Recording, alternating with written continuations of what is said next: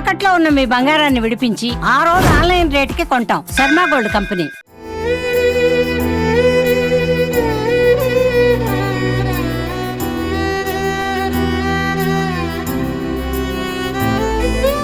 నాకు చంపి నాకు ఏదైనా టాబ్లెట్లు అవి ఇవన్నీ బాధపడు.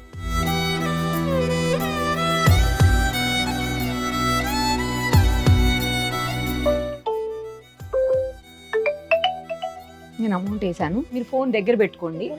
దగ్గర పెట్టుకుంటే ఎవరన్నా ఫోన్ చేసినా లేదంటే అమౌంట్ వేసినా కూడా మీకు తెలుస్తుంది. కొద్ది రోజుల క్రితం నాకు తెలిసిన వాళ్ళు ఒక వీడియో పంపించారు. ఆ వీడియోలో ఒక అతను లేవలేనటువంటి స్థితిలో మంచం మీద పడుకుని ఉన్నాడు. వాళ్ళు నాకు మెసేజ్ పెట్టారు, అక్క ఇతనికి యాక్సిడెంట్ అయింది, కదలలేనటువంటి పరిస్థితుల్లో బెడ్ మీదనే గత 5-6 ఏళ్లుగా ఉన్నాడు, మీ నుంచి ఏమైనా హెల్ప్ అవుతుందేమో చూడండి, ఒకటే సర్జరీ అయింది, ఇంకా సర్జరీస్ అవసరం ఉంది, ఫిజియోథెరపీ చాలా నీడ్ ఉంది, డబ్బులు లేనటువంటి పరిస్థితుల్లో వాళ్ళు అలా ఉండిపోయారు, ఏం చేయలేక మీరేమన్నా హెల్ప్ చేయగలుగుతారేమో, మీ వల్ల ఏమన్నా హెల్ప్ అవుతుందేమో చూడండి అక్క అని చెప్పి మెసేజ్ పెట్టారు. సో వాళ్ళని ఆ నెంబర్ తీసుకొని నేను కాంటాక్ట్ చేశాను. మధ్యలో చాలా బిజీ ఉండి కుదరలేదు. ఒక 1 వీక్ 10 డేస్ ముందు ఒకసారి వచ్చాము. ఆ రోజు ఇక్కడ అవకాశం లేదు చేయడానికి, పెద్ద పెద్ద సౌండ్స్ వస్తున్నాయని చెప్పి రిటర్న్ వెళ్ళిపోయాం. మళ్ళీ ఈ రోజు వచ్చాం. ఆ అబ్బాయితో నేను మాట్లాడాను ఇంతకు ముందు. ఒక యాక్సిడెంట్ వల్ల తనకి ఇలాంటి దుస్థితి వచ్చిందని చెప్తున్నాడు. మళ్ళీ ఒకసారి మాట్లాడదాము డీటెయిల్డ్ గా, అతనికి ఏం జరిగింది, ఏం అవసరం ఉంది, ఇప్పుడు ఇంతవరకు ఎంత ఖర్చు పెట్టారు వాళ్ళు, తండ్రి కూడా లేనటువంటి పరిస్థితి. ఒకసారి అతనితో మాట్లాడి తెలుసుకుందాం. ఏం పేరు మీ పేరు? శశికాంత్ అక్క నా పేరు. శశికాంత్. ఏం జరిగింది శశికాంత్? నేను నాగార్జున సర్కిల్ దగ్గర నుంచి వెళ్తున్నాను అక్క. పైనుండి ఫ్లైఓవర్ మీద నుండి కార్ వచ్చి గుద్దింది అక్క. మీరు బైక్ లో ఉన్నారా? ఆ బైక్ పైన ఉన్నాను, వెనకాల ఒక అబ్బాయి ఉన్నాడు. కార్ వచ్చి గుద్దడం వల్ల బైక్ ముందుకెళ్ళి డివైడర్ పైన పడిపోయాను. డివైడర్ పైన పడిపోతే అది హెడ్ పగిలి స్పైనల్ కార్డ్ కి కూడా తగిలింది. హెడ్ కి తగిలింది, స్పైనల్ కార్డ్ కి తగిలింది. నిమ్స్ హాస్పిటల్ పక్కనే, అక్కడ నిమ్స్ హాస్పిటల్కి వెళ్తే బతకడు తీసుకెళ్ళిపోండి అని చెప్పారు. అక్కడ వేరే డాక్టర్ ఏం సజెషన్ చేశారు, అతను గాంధీకి తీసుకెళ్ళండి అక్కడ చేస్తారని చెప్తే, అక్కడ గాంధీకి తీసుకెళ్తే వాళ్ళు ఎంఆర్ఐ తీయలేదక్క, ఓన్లీ సిటీ స్కాన్ చేసి ఓకే ఏం పర్లేదు, హెడ్కి ఏం అవ్వలేదు అని చెప్పి తీసుకెళ్ళిపోండి అని చెప్పి చెప్పారు అక్క. నెక్స్ట్ డే మార్నింగ్ లేచి చూసేవరకు కాళ్ళు చేయాలి పని చేయట్లేదు. అప్పుడే ఎంఆర్ఐ చేస్తే అప్పుడు సెట్ అయిపోయేది. ఇంకా చేయలేదు అక్క. తర్వాత ఇంకా వీళ్ళు వచ్చి తీసుకెళ్ళండి వేరే హాస్పిటల్ కంటే, కొన్ని హాస్పిటల్స్కి వెళ్తే వాళ్ళు విడిసి వస్తుంది, మేము ఇక్కడ తీసుకోలేమని చెప్పారు అక్క.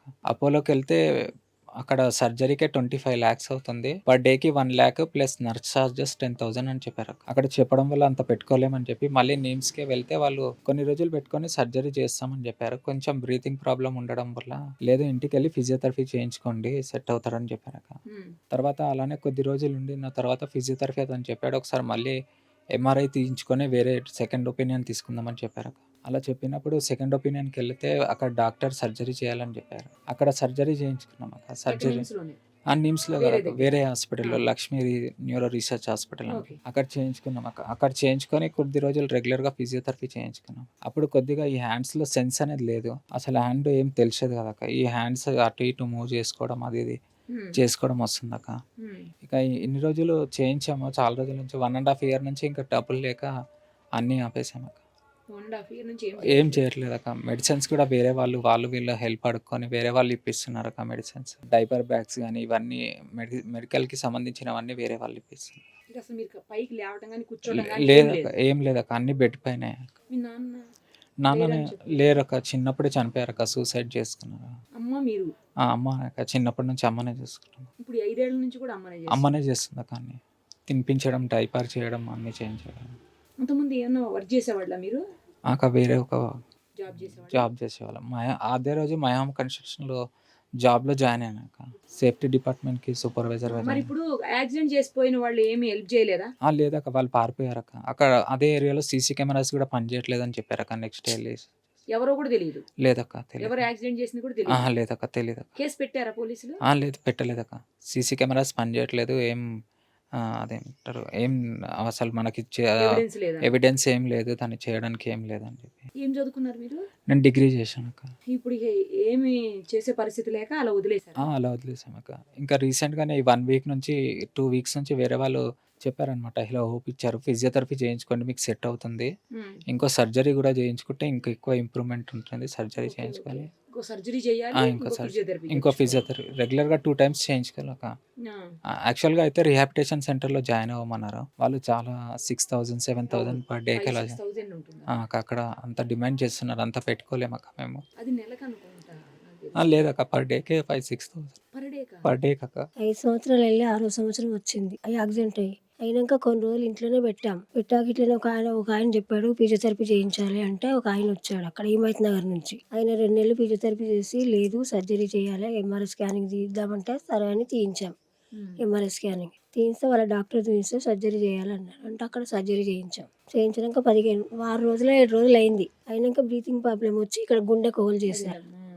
అక్కడ మళ్ళీ 15 రోజులు ఉన్నాం. 15 రోజుల తర్వాత ఇంటికి తీసుకొచ్చి ఇంట్లోనే పెట్టి ఫిజియోథెరపీ చేయించాం.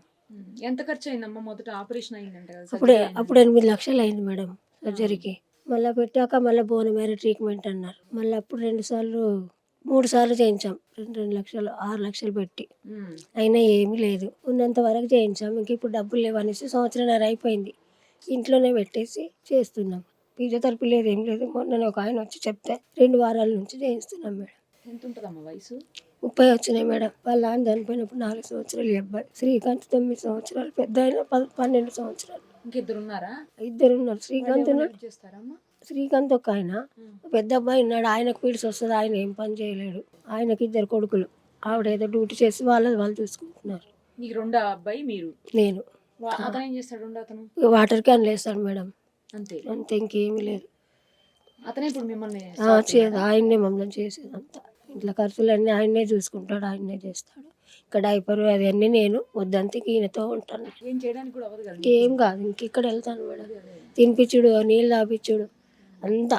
టాబ్లెట్లు నాకు నాకు ఏదైనా టాబ్లెట్లు అవి ఇవన్నీ బాధపడుతుంది.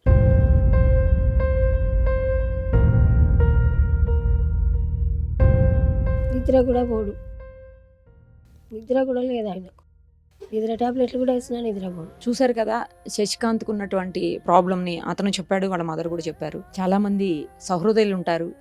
దయచేసి అతని దయనీయ స్థితిని అర్థం చేసుకుని మీకు చేతనైనంత తోచినంత సాయం చేయండి. అతనికి మరొక జీవితాన్ని ఇచ్చిన వాళ్ళం అవుతామేమో. నేను కూడా చేస్తాను నాకు చేతనైనంత. మీరు కూడా తప్పకుండా, ఎందుకంటే సుమన్ టీవీలో వచ్చిన ప్రతి ఇలాంటి నిజమైన కథనాలకి స్పందించి ఎన్నో రకాలుగా ఎన్నోసార్లు ఎంతోమందికి సాయం చేశారు మీరందరూ.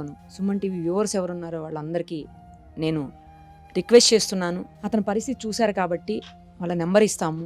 మీరు స్వయంగా మాట్లాడి ఒకవేళ అవసరం అనుకుంటే మీరే డైరెక్ట్గా వచ్చి చూసి వాళ్ళకి హెల్ప్ చేయండి. మనం ఇచ్చే 1000 రూపాయలు 100 రూపాయలు కనీసం 10 రూపాయలైనా సరే వాళ్ళకి హెల్ప్ అవుతుంది. అతని మెడిసిన్కి కావచ్చు, లేకపోతే ఫిజియోథెరపీకి కావచ్చు, లేదా సర్జరీకి కావచ్చు, ఇలా హెల్ప్ అయ్యే అవకాశం ఉంటుంది. దయచేసి తోచినంత సాయం చేసి అతనికి ఒక జీవితాన్ని ఇచ్చేందుకు మనందరం కూడా ప్రయత్నం చేద్దాం. నీకే ఉందా గూగుల్ పే, ఫోన్ పే ఉన్నాయా? ఫోన్ పే ఉందా?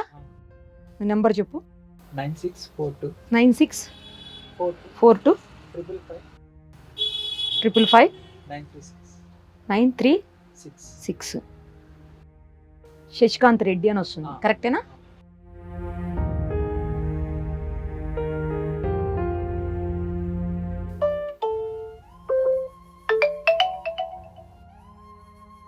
నేను అమౌంట్ వేసాను. ఓకేనా? ఫోన్పేలో వేసాను. సరేనా? మీరు ఫోన్ దగ్గర పెట్టుకోండి. దగ్గర పెట్టుకుంటే ఎవరన్నా ఫోన్ చేసినా లేదంటే అమౌంట్ వేసినా కూడా మీకు తెలుస్తుంది. సరేనా? Take care.